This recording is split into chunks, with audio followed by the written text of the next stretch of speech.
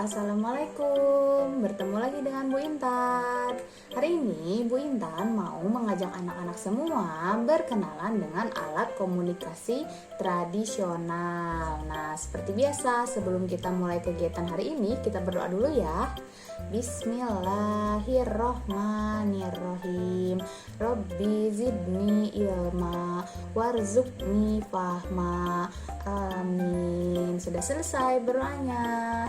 Nah, anak-anak, Bu Intan mau tanya, anak-anak masih ingat tidak minggu lalu kita belajar apa ya?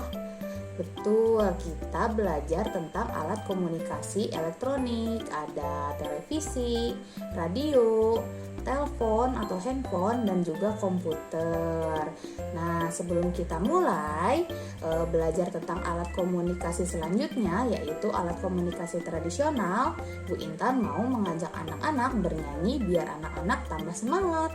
Anak-anak ikuti Bu Intan ya. 1, 2, 3. Kring, kring, kring, ada telepon dari nenek. Ku angkat dan ku jawab, Assalamualaikum. Nah, seperti itu lagunya. Bagaimana anak-anak? Sudah semangat belum? Kalau sudah semangat, kita langsung belajar ya tentang alat komunikasi tradisional. Nah, anak-anak, Bu Intan mau tanya, anak-anak tahu tidak apa itu alat komunikasi tradisional? Betul, alat komunikasi tradisional adalah alat komunikasi yang tidak membutuhkan listrik sebagai sumber energinya. Jadi, sebelum ada alat komunikasi yang anak-anak ketahui, sekarang kita menggunakan alat komunikasi tradisional. Nah, sekarang Bu Intan mau mengenalkan anak-anak pada alat komunikasi tradisional. Yang pertama ada beduk. Ayo, anak-anak pernah lihat beduk? Biasanya kita lihat beduk ini di masjid ya. Sebelum terdengar suara azan, biasanya terdengar suara beduk dipukul. Nah, beduk ini bentuknya bulat seperti tabung. Lalu di salah satu sisinya ditutupi oleh kulit binatang, biasanya sapi atau kerbau. Kalau dipukul, beduknya akan terdengar suara yang cukup keras. Lalu yang kedua, kita akan berkenalan dengan kentongan. Ayo, anak-anak pernah lihat kentongan? Kayaknya sekarang udah jarang ya. Biasanya sih dulu suka ada nih di pos ronda, atau mungkin sekarang adanya di penjual bakso keliling. Nah, coba deh anak-anak perhatikan kalau anak-anak lagi beli bakso. Biasanya di gerobak emangnya itu suka ada kentongan kecil. Suka dipukul-pukul sama emangnya untuk memberitahu pelanggan kalau emang baksonya ini lagi lewat. Nah, kentongan ini terbuat dari bambu, lalu ada pemukulnya juga yang kecil. Biasanya sih sama, terbuat dari bambu.